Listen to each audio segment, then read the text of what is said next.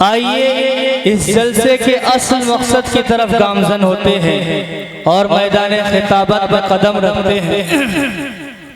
میرے پاس جس شخصیت کا نام ہے اور جس شخصیت کا ابھی نمبر ہے، انتہائی ذیل شخصیت، آبروئے شہر کانپور، سینکڑوں علماء کے استاد حضرت اقدس حضرت مولانا مفتی عبدالرشید صاحب کانپوری، میں بڑے ہی ادب اور احترام کے ساتھ حضور والا سے گزارش گزار ہوں، حضور والا تشریف لائیں اور اپنے ناصحانہ کلمات سے ہم سامعین کو مستفیض فرمائیں۔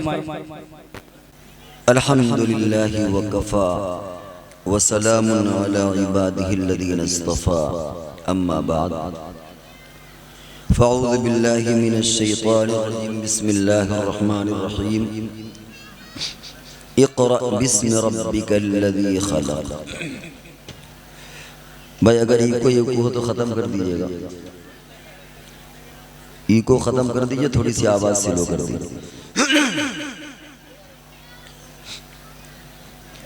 ماشاءاللہ آپ حضرات بہت دیر سے بیٹھے ہیں صبر کے ساتھ،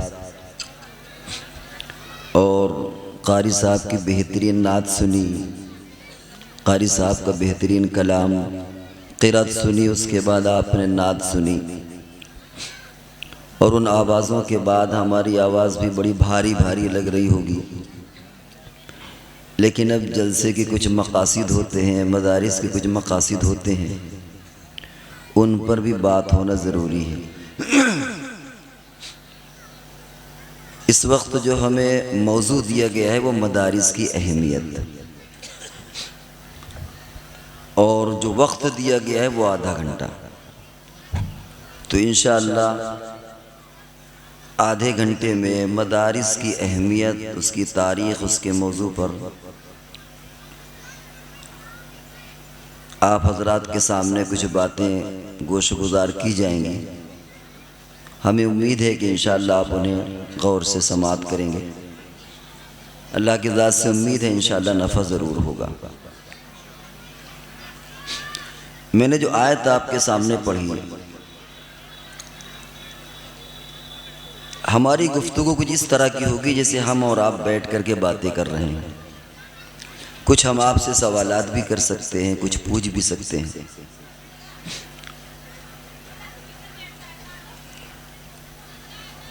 مکی زندگی میں اگر آپ سے کوئی یہ پوچھے کہ اس وقت کیا برائیاں عام تھیں، تو ہر سیرت کا پڑھنے والا، ہر مکتب میں پڑھنے والا بچہ یہ جانتا ہے کہ ساری خرابیاں ان کے اندر تھیں۔ دنیا میں شاید کوئی ایسا عیب ہو جو ان کے اندر موجود نہ ہو۔ رسول اللہ صلی اللہ علیہ وسلم کے آنے سے پہلے چوری، بدکاری، زناکاری، ظلم، حتیٰ کہ بچیوں کو زندہ درگور کر دینا، اور نہ جانے کیا کیا گناہ تھے، بہت ساری تفصیل کی ضرورت نہیں ہے۔ اگر ہم آپ سے یہ سوال کریں کہ ایک ایسے معاشرے میں، جس معاشرے میں یہ ساری برائیاں ہوں، شراب جس کے ہاں پرانی ہو اسے اچھا سمجھا جائے، ایسے لوگوں کو سب سے پہلے نصیحت کیا کی جائے؟ آپ سے اگر ہم سوال کریں تو ظاہر ہے کہ آپ میں کچھ لوگ ایسے ہوں گے جو جواب دیں گے کہ شراب تو سب سے بری چیز ہے، ان کو سب سے پہلے جو نصیحت کی جائے وہ یہ کہ بھائی شراب مت پیا کرو۔ ممکن ہے کچھ لوگ اکٹھا ہوں اور وہ یہ کہیں کہ یہ ظلم کرتے ہیں، ان کو سب سے پہلی نصیحت یہ ہو کہ آپس میں ظلم نہ کیا کریں۔ ممکن ہے کچھ اور ذہن یہ مشورہ دیں کہ صاحب یہ بچیوں کو زندہ درگور کر دیتے ہیں، دفن کر دیتے ہیں، سب سے پہلے ان کو یہ نصیحت کی جائے کہ یہ ایسا گندا کام نہ کیا کریں۔ ہم اور آپ یہی مشورے دیں گے، بلکہ اگر دنیا کے بہت سارے ذہین لوگوں کو آپ جمع کریں اور ان سے پوچھیں کہ ایسی سوسائٹی کو، ایسے معاشرے کو سب سے پہلے کیا نصیحت کی جائے، تو وہ یہی سب کہیں گے کہ صاحب شراب جرم کی جننی ہے، بنیاد ہے، الخمر جماع الاسم، گناہوں کی بنیاد ہے۔ اس تفصیل میں نہیں جانا کہ کس طریقے سے شراب کے ذریعے کیونکہ وقت کے اندر بات سمیٹنا ہے، لیکن اللہ تبارک و تعالیٰ جو انسانوں کے مزاج کو جانتا ہے، اللہ تعالیٰ نے ایسی قوم کو جو نصیحت کی، وہ یہ نصیحت نہیں کی کہ تم شراب مت پیا کرو۔ شراب کی حرمت آئی قرآن میں، لیکن بعد میں آئی۔ یہ ان کو نصیحت نہیں کی گئی سب سے پہلے کہ تم ظلم مت کرو۔ یہ نصیحت ان کو نہیں کی گئی کہ تم بچیوں کو زندہ دفن نہ کیا کرو، بلکہ سب سے پہلے جو ان کو نصیحت کی گئی وہ فرمائے اقرأ بسم ربک الذی خلق، کہ تم پڑھو۔ کیونکہ جب تمہارے اندر تعلیم آئے گی، ایجوکیشن آئے گا، تو یہ ساری برائیاں، ساری خرابیاں دھیرے دھیرے تم سے خود چھٹتی چلی جائیں گی۔ پھر علم دو قسم کے ہوتے ہیں، ایک ہے علم دین، ایک ہے علم دنیا، یا آپ یوں کہہ لیں کہ ایک علم نفع دینے والا، ایک علم نقصان پہنچانے والا، یا جو نفع نہ دے۔ اس تفصیل میں بھی ہم نہ جا کر کے ہم اپنے فوکس کو مدارس پر قائم کرتے ہیں۔ ان مدارس میں وہی ہو رہا ہے اقرأ بسم ربک الذی خلق، اللہ کے نام سے تم پڑھو۔ چنانچہ آج اگر والدین کا احترام کہیں سکھایا جاتا ہے تو وہ مدرسے ہیں، انسانیت کا درد کہیں سکھایا جاتا ہے تو وہ مدرسے ہیں، انسانیت کے حقوق سکھائے جاتے ہیں تو وہ مدرسے ہیں، اللہ کا تعارف بتایا جاتا ہے تو وہ مدرسے ہیں۔ تو اس سے معلوم ہوا کہ تعلیم کتنی اہم ہے۔ کسی قوم میں، کسی امت میں اگر تعلیم آ گئی تو سارے گناہ دھیرے دھیرے سب ختم ہو جائیں گے، اور اگر تعلیم نہیں آئی تو پھر ایسی شکل میں کیا ہے، چاہے جتنی آپ نصیحت کر لیں کوئی بھی خرابیاں ختم نہیں ہوگی۔ آج ڈاکٹر لوگ بنتے ہیں، آپ انہیں علم والا بھی کہہ سکتے ہیں اور یہ بھی کہہ سکتے ہیں کہ علم نہیں بھی ہے، کیونکہ وہ کہیے کڈنی بیچ دیں آپ کی، ایک کے کسی اور چیز کا آپریشن کرنا ہو کچھ اور آپریشن کر دیں، کیونکہ وہ علم دین ان کے پاس نہیں ہے۔ ابھی بچوں کی دستار بندی ہوگی اور بچوں کے فضائل بیان کیے جائیں گے کہ ان بچوں کو کے والدین کو اللہ تبارک و تعالی میدان محشر میں تاج پہنائیں گے۔ لیکن کبھی آپ نے یہ غور کیا کہ والدین کے بچوں کے والدین کا کیا کمال ہے؟ بچے نے تو بہت محنت سے حفظ کیا، لیکن تاج والدین کو پہنایا جائے گا۔ اس کی وجہ یہ ہے کہ اس بچے کا حافظ بننا، اس میں والدین کا ہی اصل کردار ہوتا ہے۔ بچہ بچپن میں حفظ کرتا ہے، اگر بچہ کہے کہ ابو ہم حفظ کریں گے اور اس کا باپ دو تھپڑ لگائے اور کہے چل تجھے مدرسے نہیں، تجھے اسکول جانا ہے، تو اس کے ارادے، اس کی نیت سب ٹائیں فش ہو جائیں گی، وہ کچھ نہیں کر سکتا۔ یہ اصل قربانی والدین کی ہوتی ہے۔ بچہ محنت کرتا ہے، لیکن اصل جو بچے کو رخ دکھاتے ہیں وہ والدین ہوتے ہیں۔ اسی لیے اللہ تبارک و تعالیٰ ان والدین کو وہ اعزاز اور اکرام کریں گے کہ میدان محشر میں تاج پہنایا جائے گا، جس کے روشنی کے آگے چاند اور سورج کی روشنی بھی پھیکی پڑ جائے گی۔ یہ ایک تعبیر ہے، حقیقتاً سورج کی وہ روشنی مراد نہیں کہ انسان آنکھ بھی نہ ٹکا سکے، تو کوئی ایسا تاج نہیں ہوگا کہ آدمی دیکھ بھی نہ سکے۔ یہ ایک تعبیر ہوتی ہے کہ ایسا تاج ہوگا کہ جس کی اچھائی کا اور جس کے قیمتی ہونے کا انسان اس دنیا کے اندر تصور نہیں کر سکتا۔ قرآن در حقیقت عالم کی روح ہے۔ جس طریقے سے ہماری ایک روح ہوتی ہے، ایک ہمارا جسم ہے۔ انسان کے جسم کی قدر قیمت اس وقت تک ہوتی جب تک اس کے اندر روح باقی ہے۔ روح نکل جاتی ہے تو کیا سلوک ہوتا ہے؟ جب روح ہمارے جسم میں ہے تو کوئی ایک مٹھی مٹی بھی آپ کے چہرے پر پھینکنا گوارا نہیں کرے گا، نہ مٹی نہ کنکر۔ لیکن روح نکلنے کے بعد ہمیں منو اور ٹنو من مٹی پھینک کے چلے آتے ہیں۔ منہا خلقناکم وفیہا نعیدکم ومنہا نخرجکم تارۃ اخری۔ اگر 500 آدمی ہے جنازے میں، 1000 آدمی، تو کتنی مٹی ڈال دی ہم نے؟ منو اور ٹنو مٹی ڈال دی۔ کیوں؟ اس لیے کہ روح نکل گئی۔ اور جب تک روح ہوتی ہے تو کوئی آپ ایک مٹھی مٹی بھی آپ کے چہرے پر نہیں پھینک سکتا۔ اسی طرح یہ قرآن اس عالم کی روح ہے۔ جس وقت روایتوں میں آتا ہے کہ قرب قیامت میں اللہ تبارک و تعالیٰ اس قرآن کو اٹھا لیں گے، حفاظ کا انتقال ہو جائے گا، علماء ختم ہو جائیں گے، قرآن اٹھا لیا جائے گا، اسی وقت اس عالم کو فنا کر دیا جائے گا، کیونکہ اب اس کی کوئی قدر و قیمت باقی نہیں رہی۔ جہاں تک بات مدارس کی آتی ہے تو آج کے اس دور میں جو فتنے پیدا ہو رہے ہیں، اس دور کا سب سے بڑا فتنہ کیا ہے، اور اہل مدارس ان فتنوں کا مقابلہ کیسے کر رہے ہیں، اس کو بھی سمجھنے کی ضرورت ہے۔ اس وقت کا سب سے بڑا فتنہ الحاد ہے، ناستک، خدا کا وجود کا انکار کرنا۔ اس سے پہلے لوگ خدا کے اتنا منکر نہیں تھے، خدا کے ساتھ شریک تو کرتے تھے لیکن منکر نہیں تھے۔ چنانچہ مکی زندگی میں اگر آپ دیکھیں تو خود صحابہ کرام کی یعنی کفار مکہ کو مخاطب کر کے قرآن میں جو آیات اتری ہیں، قُلْ لِمَنِ الْأَرْضُ وَمَنْ فِيهَا إِن كُنتُمْ تَعْلَمُونَ سَيَقُولُونَ لِلَّهِ فَلَا تَذَكَّرُونَ۔ اے نبی آپ ان سے پوچھئے کہ یہ زمین کس کی ہے، زمین کے اندر کس کی چیزیں ہیں، تو خود یہ کفار مکہ کے مشرک کہیں گے اللہ کے لیے، تو آپ ان سے کہو گے کیا تم سوچتے نہیں ہو؟ افلا تذکرون قل من رب السماوات السبع ورب العرش العظیم سیقولون للہ قل افلا تتقون۔ آپ اگر ان سے پوچھیں کہ زمین اور ساتوں آسمان ساتوں زمین کس کی ہیں، تو یہ خود مکہ کے کافر کہیں گے کہ اللہ کے لیے، تو کیا تم اللہ سے ڈرتے نہیں ہو؟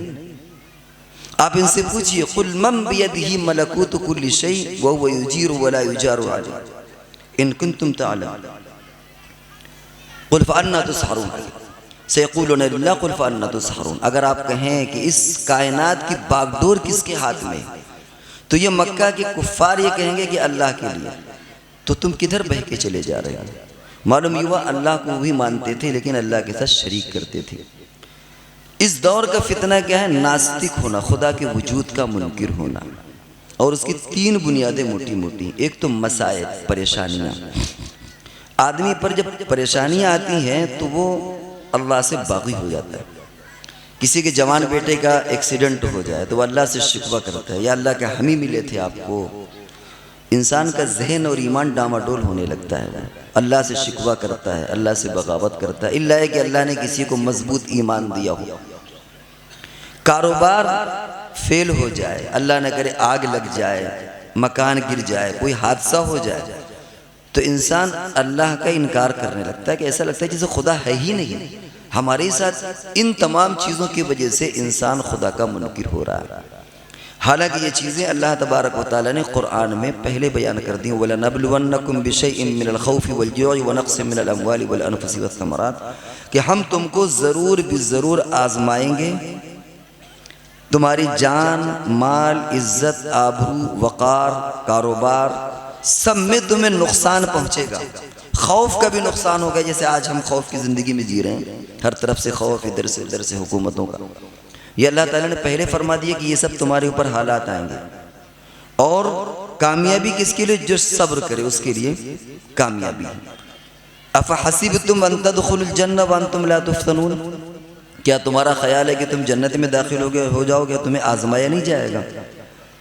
ایک اور آیت میں فرمایا حسبتم ان تدخلوا الجنہ ولما یاتکم مثل الذین خلوا من قبل مستهم البأساء والضراء وزلزلوا حتى يقول الرسول والذین آمنوا معه متى نصر اللہ الا ان نصر اللہ قریب۔ تمہارا خیال ہے کہ تم جنت اتنی سستی کہ تم چلے جاؤ گے، اور تم کو بھی آزمایا نہیں گیا جیسے پہلی امتوں کو آزمایا گیا، ان کو ہلا کر کے رکھ دیا گیا، حتیٰ کہ رسول بھی چیخ پڑے اے اللہ کب آپ کی مدد آئے گی، سنو اللہ کی مدد قریب ہے۔ تو جی اعلان کر دیں، ایک ضروری اعلان سماعت فرما لیں۔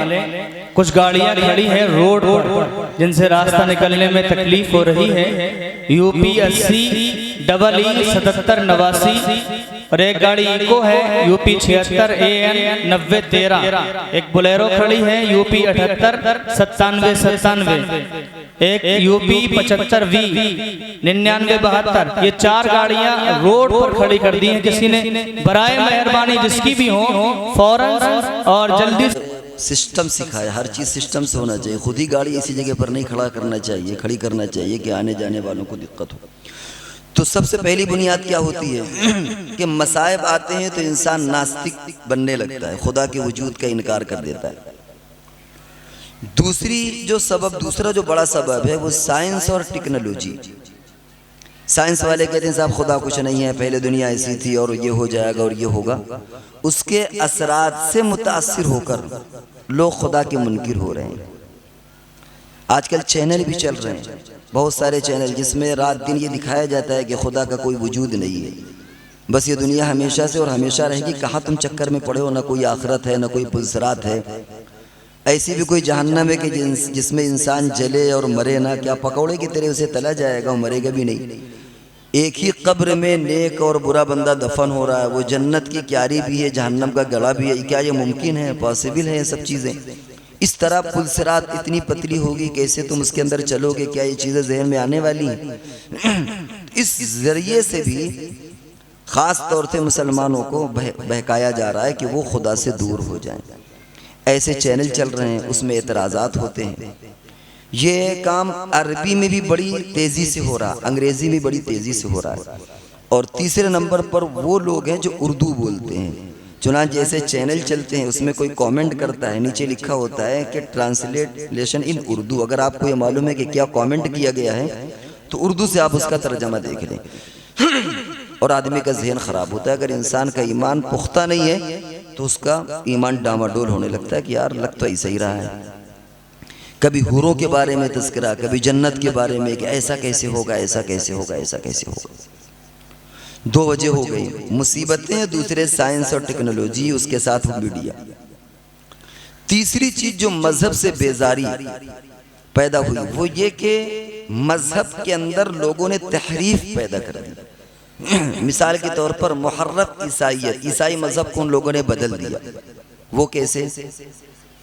انہوں نے یہ بدلا کہ چاہے جتنے گناہ کرو، تم چرچ چلے جاؤ اور پادری کو کچھ ہدیہ کر دو اسے، تمہارے سارے پاپ ختم ہو جائیں گے۔ اب ایک سمجھدار انسان یہ سوچنے پر مجبور ہو جائے گا کہ صاحب ایسا کیسے ہوگا؟ کسی نے کسی کے پاکٹ ماری، کسی نے کسی کو جان سے مار دیا، کسی نے کسی کے ساتھ کوئی غلط کام کیا، رہزنی کر لی، ڈاکہ مارا، موبائل چرا لیا، زیادتی کی، سارے گناہ کیے، اور جا کر کے چرچ میں چلا جائے سارے گناہ معاف ہو جائے، تو یہ چیز تو سمجھ میں آنے والی نہیں۔ چنانچہ انہوں نے کیا کیا؟ چرچوں کو جلایا، پادریوں کو قتل کیا، اور کتابیں لکھی گئیں کہ کوئی خدا کا وجود نہیں ہے۔ لیکن ظاہر ہے کہ یہ حل نہیں تھا۔ اس کے بعد پھر وہ لوگ دوبارہ پلٹے، اور اب یورپ میں جو کتابیں لکھی جا رہی ہیں وہ اس بات پر کہ خدا ہے، اگرچہ وہ مسلمان نہیں ہیں لیکن کم سے کم خدا کو مانتے ہیں، چرچ پھر بنا رہے ہیں۔ لیکن وہ جو عیسائیت کی تبدیل کی ہوئی شکل تھی، اس نے بھی انسان کے ذہن کو خراب کیا، اور خراب کرنے والی بات بھی ہے۔ مثال کے طور پر کوئی کہے کہ صاحب ڈبکی لگا لو اور سارے پاپ، یہ بات عقل میں آنے والی ہے؟ کوئی کسی کی زمین ہڑپ لے، کوئی کسی کے لاکھوں روپے مار لے اور جا کر کے ڈبکی لگا لے، تو یہ بات سمجھ میں آنے والی نہیں ہے۔ چنانچہ اس نے بھی مذہب سے بیزار کر دیا۔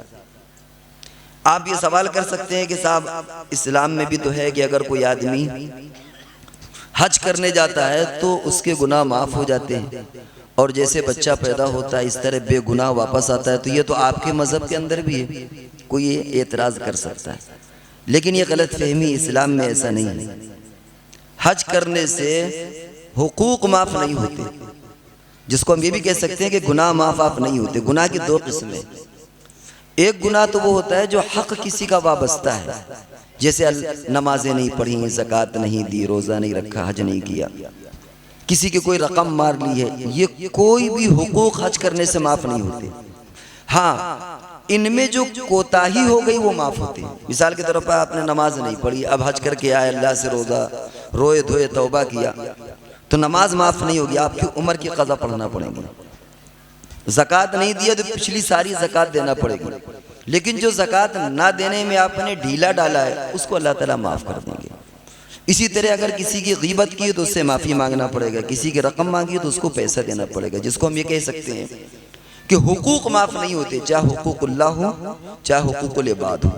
ہاں، اس میں دو کوتاہیاں ہو جاتی ہیں، وہ معاف ہو جاتی ہیں۔ تو اب کوئی مسلمانوں پر اعتراض نہیں کر سکتا کہ صاحب آپ کے یہاں توبہ سے گناہ معاف ہوتے ہیں اور حج سے گناہ معاف ہوتے ہیں، تو یاد رکھیے نہ توبہ سے حقوق معاف ہوتے ہیں، یا اس کو گناہ سے بھی تعبیر کر سکتے ہیں، نہ حج سے معاف ہوتے ہیں۔ ہاں، جو گناہ بندے اور اللہ کے درمیان ٹال مٹول کے ہو سکتے ہیں وہ چیزیں معاف ہو جاتی ہیں۔ لہذا اس چیز نے بھی انسان کو دہریت کی طرف آمادہ کیا۔ اس لیے آج کے دور میں ہمیں اپنے آپ کو اور اپنی نسل کو اس دہریت سے، ناستک پن جو ایک ہماری نسلوں میں آ رہا دھیرے دھیرے لوگوں میں، خاص طور سے یہ اسکول اور کالج کے لوگوں میں، یونیورسٹی کے لوگوں میں یہ چیز بہت تیز فروغ پا رہی ہے، کیونکہ انہیں اپنا زوم ہوتا ہے کہ ہم تو پروفیسر ہیں، ہم تو انگریزی جانتے ہیں، کیوں علماء سے قریب ہوں، کیوں مولویوں کے پاس جائیں، اور اس طرح ان کا ذہن خراب ہوتا ہے اور وہ اسلام سے بیزار ہو جاتے ہیں۔ آج جتنے بھی ساحل اور کیا وہ جو ایکس مسلم کے نام سے جو سائٹ ہیں، وہ سب اسی طرح کے لوگ ہیں۔ یہ ساری چیزیں کہاں سے آپ کو ملیں گی؟ یہ جو آپ مدرسے کا دیکھ رہے ہیں جلسہ، اور یہ اس کا حل آپ کو مدرسے میں ملے گا۔ شروعات ہم نے کی تھی اقرأ بسم ربک الذی خلق سے۔ اللہ تبارک و تعالیٰ نے سب سے پہلے وہ سورت نازل کی، کیونکہ تعلیم ہی وہ واحد حل ہے جو ہمیں ہر برائیوں سے بچا سکتا ہے۔ پھر والدین کا احترام کے بارے میں کہ ان کی قربانی ہوتی ہے بچے کو حافظ بنانے میں، اور پھر اس کے بعد آپ کے سامنے ہم نے جو بات کی وہ دہریت اور ناستک، خدا کے وجود کا انکار، ایتھیزم جس کو کہتے ہیں، اس تعلق سے ہم نے آپ کے سامنے، اور جو اس کی وجوہات ہیں وہ آپ کے سامنے رکھی۔ اب آئیے تھوڑی سی گفتگو آپ سے کر لیں مدارس کے تعلق سے، کہ کیا رسول اللہ صلی اللہ علیہ وسلم کے زمانے میں ان مدارس کا وجود تھا یا نہیں تھا۔ اگر آپ مکی زندگی میں غور کریں تو رسول اللہ صلی اللہ علیہ وسلم کے زمانے میں بھی ان مدارس کا وجود تھا۔ سب سے پہلا مدرسہ جس کا ذکر آتا ہے وہ صحن ابی بکر، حضرت ابو بکر صدیق رضی اللہ تعالیٰ عنہ کا چبوترا، جہاں آپ قرآن کی تلاوت کیا کرتے تھے۔ اس کی بھی ایک تفصیل ہے، اس میں ہمیں مزید تفصیل کے اندر نہیں جانا۔ دوسرا مکتب جو قائم تھا وہ حضرت عمر فاروق رضی اللہ تعالیٰ عنہ کی بہن حضرت فاطمہ، ان کے ایک مکتب چلتا تھا۔ چنانچہ حضرت عمر رضی اللہ تعالیٰ عنہ نے جب اسلام قبول کیا تو آپ کو یاد ہوگا کہ جب وہ قتل کے ارادے سے نکلے تو راستے میں کسی نے کہا کہ جاؤ اپنے بہن بہنوئی کی فکر لو جا کر کے۔ جب وہاں آئے تو دیکھا وہ مکتب چل رہا، وہاں حضرت خباب ابن ارت اور ایک اور صحابی تعلیم حاصل کر رہے تھے، آپ کے بہنوئی پڑھا رہے تھے، اور پھر بہرحال وہاں غصہ ہوئے، مارا پیٹا، اور پھر بہن نے کہا، شرمندگی ہوئی تو بہن سے پوچھا کیا پڑھ رہے تھے، انہوں نے قرآن کو پیش کیا، وہ قرآن کی کچھ آیات پڑھیں، دل نرم ہوا، اور پھر حضور علیہ السلام کی خدمت میں آئے۔ دوسرا مکتب یہ چل رہا تھا۔ اسی طرح ایک مکتب اور تھا حضور علیہ السلام کے زمانے میں جو مکی زندگی میں، دار ارقم۔ یہیں حضرت عمر فاروق رضی اللہ تعالیٰ عنہ نے آ کر اسلام قبول کیا، یہیں صحابہ کرام پڑھتے تھے۔ روایتوں میں آتا ہے کہ 40 صحابہ کرام یہاں موجود تھے، جن کو آپ طلبہ بھی کہہ سکتے ہیں، اسٹوڈنٹ بھی کہہ سکتے ہیں، اور یہیں سے پڑھ پڑھ کے دوسرے مکاتب میں اور مدارس میں جاتے تھے۔ تو یہ 3 مکاتب تو وہاں قائم تھے۔ پھر شیب ابی طالب میں جب بائیکاٹ ہوا تو وہاں حضور علیہ السلام نے مکتب قائم کیے۔ 4 مکتب یا مدرسے آپ کہہ لیں یہ مکی زندگی میں قائم تھے۔ مدینے میں ہجرت سے پہلے رسول اللہ صلی اللہ علیہ وسلم نے مدارس کے قیام کا انتظام فرمایا۔ چنانچہ حضرت سعد بن زرارہ رضی اللہ تعالیٰ عنہ کے مکان میں مکتب چلتا تھا۔ دوسرا مکتب اس زمانے میں مسجد قباء میں چلتا تھا۔ اسی لیے آج آپ نے دیکھا ہوگا ہندوستان کے اندر بھی وہ رخ مسجد مکتب، مسجد مکتب، مسجد کے ساتھ مدارس اور مکتب کو جوڑیے اسی زمانے سے۔ یہ ہجرت سے پہلے چلتے تھے، اور مکہ میں جو لوگ دار ارقم میں پڑھتے تھے ان کو قرہ کہا جاتا تھا۔ یہیں سے پڑھ کر کے پھر جب حبشہ گئے تو وہاں بھی مکتب کا ایک نظام قائم ہوا، اور یہاں سے پڑھنے والے گئے، اور اسی دار ارقم سے پڑھ کر حضرت مصعب بن عمیر رضی اللہ تعالیٰ عنہ مدینے آئے، اور یہاں مسجد قباء میں اور حضرت سعد بن زرارہ رضی اللہ تعالیٰ عنہ کے مکان میں ان لوگوں کو پڑھایا۔ پھر جب ہجرت آپ نے فرمائی تو ہجرت کے بعد پھر صفہ کا مدرسہ بہت مشہور ہے، جو لوگ حج کرنے گئے ہیں، مسجد نبوی میں روضہ اطہر کی پشت پر ریاض الجنہ کے پیچھے کی طرف ایک چبوترا ہے جس کو صفہ کے معنی چبوترا ہے، یہاں پر صحابہ کرام کے پڑھنے کا نظام بنایا گیا۔ یہاں کم سے کم 400 اسٹوڈنٹ یا طالب علم یہاں پر پڑھا کرتے تھے، اور یہ باقاعدہ مستقل ایک مکتب کا قیام تھا۔ چنانچہ یہاں سے پڑھنے والے کو مقری کہا جاتا ہے۔ آج کے دور میں جیسے ہم عالم فاضل کہتے ہیں، عربی میں ان کو مقری کہتے تھے، اور اس کی جمع قرہ۔ یہیں سے پڑھے ہوئے وہ 70 صحابہ کرام جو بیر معونہ میں شہید ہوئے تھے، اور یہیں سے پڑھ کر کے پھر دوسری جگہوں پر یہ جاتے تھے۔ یہ صفہ کا مدرسہ جہاں پر 400 طالب علم تھے۔ باقاعدہ یہاں پر نظام مطبخ بھی چلتا تھا، اور بعض لوگوں نے یہاں تک لکھا ہے کہ حضرت ابو ہریرہ رضی اللہ تعالیٰ عنہ وہاں کے ناظم مطبخ تھے۔ چنانچہ دودھ کا پیالہ والا آپ کو معلوم ہے کہ کوئی بھی چیز آئے تو سب سے پہلے حضور علیہ السلام یہ حکم دیتے تھے کہ جاؤ پہلے طلبہ کو کھلا کر کے آؤ، بعد میں ناظم مطبخ اور بعد میں محتمم کھائے گا، پہلے کس کا حصہ ہے؟ طلبہ کو پلا کر کے آؤ۔ یہیں پر صحابہ اکرام اپنی خیرات زکوٰۃ بھی لاتے تھے اور اپنے باغات کی کھجوریں بھی لا کر کے ٹانگ دیتے تھے تاکہ یہ غریب طلبہ وہاں آ کر کے ان کھجوروں سے اپنا رزق حاصل کریں۔ ایک مرتبہ آپ نے دیکھا کہ کچھ لوگوں نے کچھ باسی کھجوریں ٹانگ دیں۔ آپ علیہ السلام بہت ناراض ہوئے کہ تم مہمان رسول کو جو دین کا علم حاصل کرتے ان کو تم پرانی کھجوریں لا کر کے تم ٹانگتے ہو۔ حضور علیہ السلام نے تنبیہ فرمائی کہ جو تم خود کھاؤ وہ تم صحابہ کرام کو، وہ تم ان طلبہ کو کھلاؤ۔ اب جب اس کے بعد یہ چیز اور پھیلی، عہد خلافت راشدہ کا دور پیدا ہوا۔ اس زمانے میں دمشق کی جامع مسجد میں ایک مکتب کا قیام ہوا، مدرسے کا قیام ہوا، جس میں تقریباً 1600 بچے تھے۔ پھر عہد خلافت عمراء اسلام کے اندر جب اور خلفاء بعد میں آئے تو تیونس، یہ جامع زیتون، تیونس جو شاید اس وقت ترکی میں ہوگا، وہاں جامع زیتون ایک بہت بڑی مسجد تھی، اس میں یہ مدرسہ قائم ہوا۔ اور اسی زمانے میں مصر کے اندر جامع ازہر قائم ہوا، جس کا ہم لوگ آپ نام سنتے رہتے ہیں، یہ اسی زمانے میں یہ ادارے قائم ہوئے۔ اسی طرح سلطان محمود غزنوی میں غزنہ کے اندر مدرسے قائم کیے۔ ہمیں آپ کے سامنے ایک ہلکی سی تاریخ یہ بیان کرنا ہے کہ یہ جو آج مدرسے چل رہے ہیں الحمدللہ، اس کی بنیاد وہیں سے ملتی ہے، رسول اللہ صلی اللہ علیہ وسلم کے مدرسے سے۔ ایسا ہو سکتا ہے کہ مدرسوں کا نصاب کچھ بدلا ہوا ہو، طرز تعلیم کچھ بدلا ہوا ہو، کچھ انداز بدلا ہوا ہو، سسٹم کچھ بدلا ہوا ہو، لیکن الحمدللہ اس کی جو روح ملتی ہے وہ وہیں سے ملتی ہے۔ پھر اس کے بعد دولت سلجوقیہ کے اندر ایک وزیر تعلیم گزرا ہے نظام الملک کے نام سے، اس نے نیشا پور کے اندر ایک مدرسہ قائم کیا۔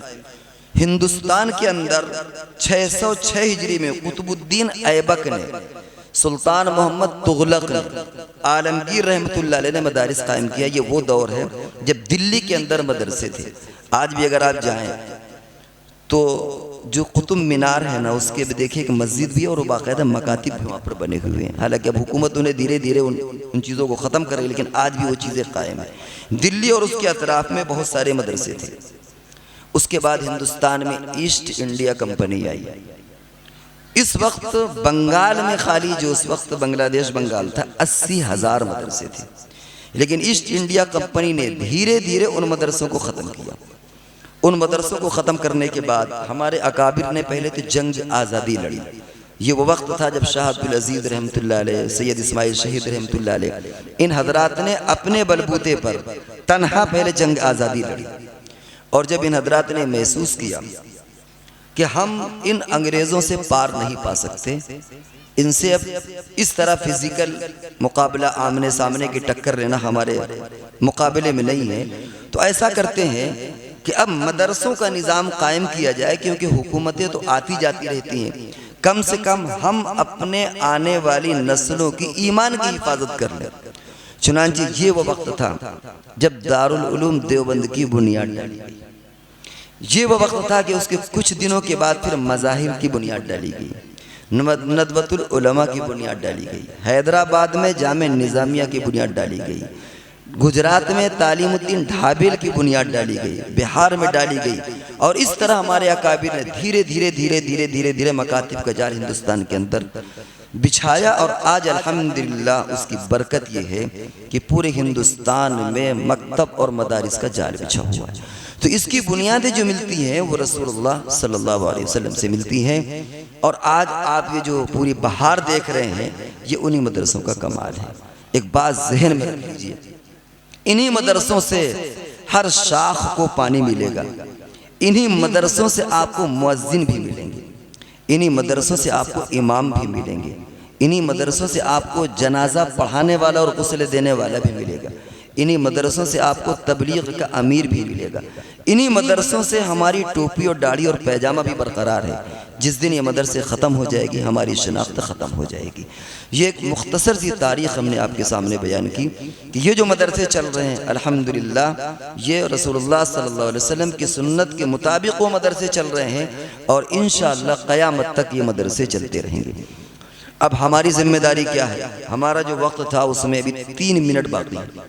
ہمارا الحمدللہ کچھ مزاج یہ ہے کہ ہم موضوع اور وقت کی رعایت کرتے ہیں۔ آدھے گھنٹے کا تھا، ابھی 3 منٹ باقی، انشاءاللہ اس سے پہلے اپنی بات ختم کر دی جائے گی۔